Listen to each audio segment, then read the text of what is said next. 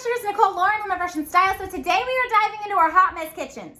I know that right now you guys have a kitchen sink spilling with dirty dishes. You have a cabinet or a drawer that is filled with 75 spatulas that you don't use. You know I'm right. I'm gonna go over the top 4 items that you don't need in your kitchen. You need to minimalize them. Stay tuned to the very end because I'm actually gonna explain to you how it's going to benefit you and your family is going to clean because of this. It's gonna be life-changing. If you guys are new to my channel, I would love it if you hit that red subscribe button. Follow all of my inspiration, decluttering, and organizing tips and tricks. Let's see what's in all these kitchen cabinets. Is this your kitchen life? Like the kids just leave their dirty dishes, you're on the go, so you leave your dirty mug, and then, oh, here's all the clean dishes that need to be put away, and there's definitely stuff in the dishwasher. So first on the list that you guys need to declutter and keep minimal in your kitchens has got to be all of your plates and your bowls and your mugs. I don't know what it is, but every session I go into, there is an insane amount, like a collection. Like you bought a new plate set and you have to keep the 2 older ones. You guys, when you get new plates, get rid of the old ones. And also you need to keep a realistic amount of this stuff so you don't end up with clutter that's not being used and that's literally gonna drive you crazy. So here's the deal is you wanna take a realistic assessment of how big your family is and how many of these things you actually need. Because here's what's gonna happen, is your kids are gonna wake up for breakfast and they're gonna take a bowl and they're gonna eat cereal and put it in the sink. Then they're gonna have a salad for lunch and they're gonna put it in the sink. Then they're gonna have soup and they're gonna put it in the sink. And then your original set of bowls are gone. And then your backup for dessert, they're each gonna have a bowl of ice cream, and then at midnight, they're gonna have a little snack of cereal again. So what's happened is, no one needed to do the dishes, no one needed to do anything, because there was just an endless supply there for everybody.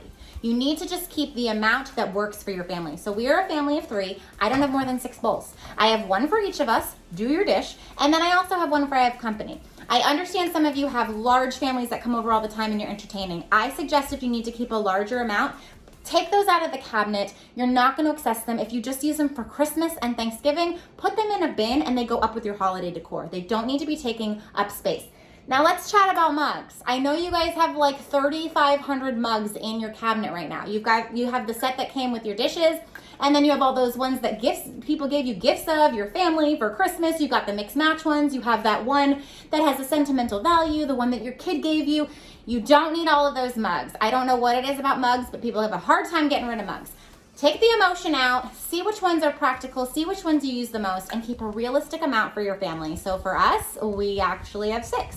I use tea a lot, but I'm actually, when I have people come over, my kids are gonna, drink tea now, they like tea now. And then sometimes you can put we use this for soups or ice cream, so that's a practical amount for us. We don't need 35, we need 6. If you are 1 person, maybe you need 2. So you need to just take a realistic assessment. Take these out, declutter them, and realize you don't need that much of this stuff.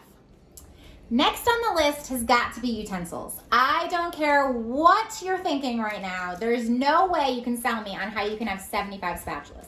Every house that I go into, you guys are like, about that drawer, and it's all spatulas. You don't need that. Here's what I want you guys to think about that's gonna help you with your decision. How often do you use this one item more than once at the same time? So if you have 75 of these, are you cooking 75 things at once? Unless you're in a restaurant, I don't even think they need that many spatulas. So there's no reason to have that many of one item. If you have different ones and you actually can say that I actively use this, then maybe you can sell that to me and we can keep some of them. But when it comes to a spatula, think about your family size again. So we are a family of 3. I literally have 1 spatula. Maybe I should have 2 in case one's dirty, but we keep up on it pretty quickly. If you are a family of 4, maybe you want to keep 2 because you got 1 dirty and 1 clean. There's no reason if you're not going to use this one item more than once that you should keep more.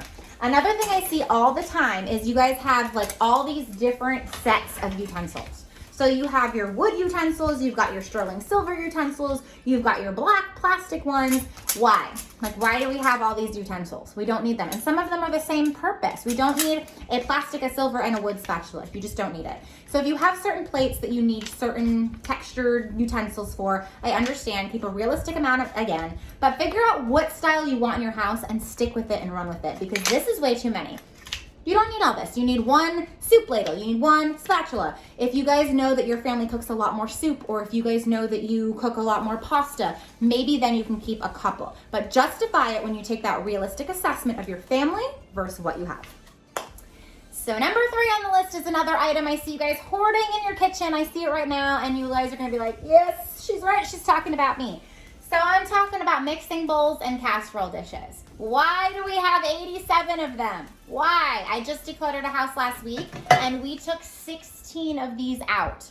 There is no reason to have it. So if you guys are following my channel and you hear all of my tips all the time, you know I preach this all the time, that if you buy an item, you have to get rid of an item. So if you were buying a new casserole dish, you need to get rid of one. That's how you keep your boutique. That's how you keep minimalism. That's how you keep from having clutter weighing you down in your house. So we have one of these. I'm not a huge cook, so I know, and I am super minimal, so I understand this might not be practical for your family, but I don't really see a need for you to have more than 3 or 4.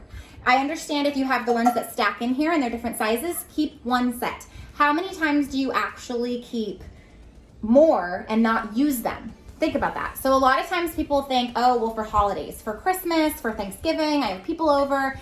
Guess what? Get rid of the clutter that's keeping you, weighing you down all year round, and you can buy those silver reusable, the toss trays. You know, what are they called? The aluminum tins that you can literally buy for $3 at the grocery store. You can throw them in the oven and then you can throw them away. So if you're keeping something for one day out of the year that can be replaced for $3, get rid of all this clutter that's weighing you down and then be practical about it. Another thing is mixing bowls. So I see so many people that have so many different sets of mixing bowls. Unless, again, you are gonna bake 16 cakes and have your full dinner going, you don't need more mixing bowls. I suggest, I have one set, because they are minimal, and they all fit inside each other. Find the ones that stack inside each other, guys. It works every time, and it's less space. I have one set. If you have a larger family, or if you cook more often than me, because I don't cook a lot, then maybe you should have 2 sets of mixing bowls. But you don't need to have 17 sets of mixing bowls, and you don't need to have all different shapes that don't match, that literally don't fit inside each other. Get yourself these. These are actually from Marshall's. They have glass ones, they have wood ones, they have plastic ones, whichever ones you want that go with your decor. But guys, do not become a hoarder of these casserole dishes and mixing bowls. You don't need all of them in your life. It is time to let them go. So last on the list that I'm gonna chat about of an item that you need to get out of your kitchen and declutter has got to be the cookers. And what I mean by that is, you know, you got your rice cooker and you got your pressure cooker and you got these huge air fryers that you don't use, and you got all these cookers that I don't even know what they cook because I'm not a really big cook, but you have these huge items that cook one thing. You don't need to have all of those. And also waffle makers. This is the only cooker I have because my kids absolutely love waffles. We use this. It is actively used. We usually crack this out on the weekends. We'll cook waffles in here. I even do that cute cinnamon bun thing where you can put it in, which is great, by the way. So we do use this. This is the only cooker I have that has like basically one purpose. If you are holding on to like 70, and I've seen this before, if you are holding on to 20, or if you are holding on to 5 of a cooker that you use for one single item and you use it not that often, if you use it once or twice a year, it takes up so much space and you've got to let those items go. Now, if you use something like every week, like if you use your rice cooker like 4 times a week, I'm not obviously saying to get rid of those items, but I'm asking you to, again, think about it. How often do I use this? How expensive would it be to replace it? And do I have the space? I do videos on this all the time. Do I want my space or do I want my stuff? If you have certain items that you use often and you have another space to store them in besides your kitchen cabinets, I do recommend that as well, because we don't want our kitchen cabinets to be stored with stuff we don't use all the time. We want to have extra room for that. But the other kicker is if you're keeping minimal things of everything I showed you, you will have room for the few things that you need that are a little bit larger. So those rice cookers, those pressure cookers, those air fryers, but make sure you're using them often and make sure you can justify it. I'm gonna say, sell it to me, like, why should I let you keep this? This I can sell. You know, my kids use this every weekend. But if you have a rice cooker that you cook rice like 2 times a year in, gotta let it go. It's just taking up space and it's just clutter.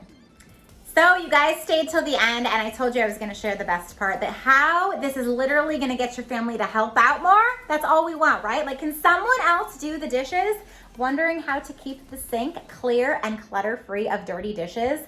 Guys, if you minimalize your stuff, they are going to have no choice but to wash the dishes and clean up.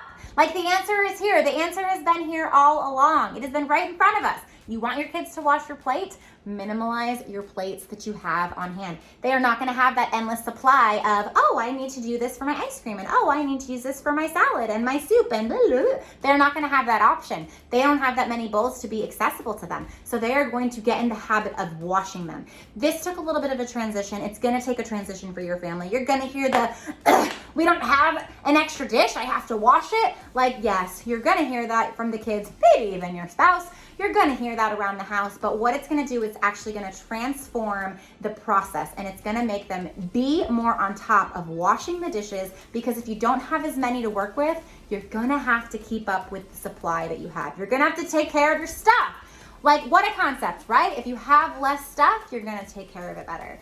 So I hope that you enjoyed all these tips. I hope you're motivated to go through your kitchen right now and get rid of some of those clutter items that you have that are taking up space, they are taking your sanity away, and you just would like freedom from them. If you guys are new to my channel, you can check me out on Facebook and Instagram as well. Be sure you hit that red subscribe button, ring the bell so you guys never miss a beat or a basket or how to declutter and live in your kitchen. And I'll see you guys next time. Bye, guys. If you guys stay till the extra end, you know I've been doing a little get to know Nicole. You guys have been asking me some questions. So one of the questions that been asked all the time is, do my kids actually clean up without me telling them to? Do they come in the kitchen and do all the dishes, and like, are they super clean and organized all the time? No, they're children and they're boys. Like, no, that is not real life. I am not even super organized all the time. We are busy, we are regular people just like you guys, and we just put systems in place that we can keep up with. I preach it all the time that organization is not perfection, and if you just put those simple systems in place, you can play catch up and give yourself grace when the time allows. My kiddos do realize now though, when there's no plates left in here, they've got to wash the dishes. So it does help. Drop in the comments if you guys have any systems that you have put in place that work for you and your family. And do your kids like to clean? I don't think any kids like to clean. Let's be real. Bye, guys.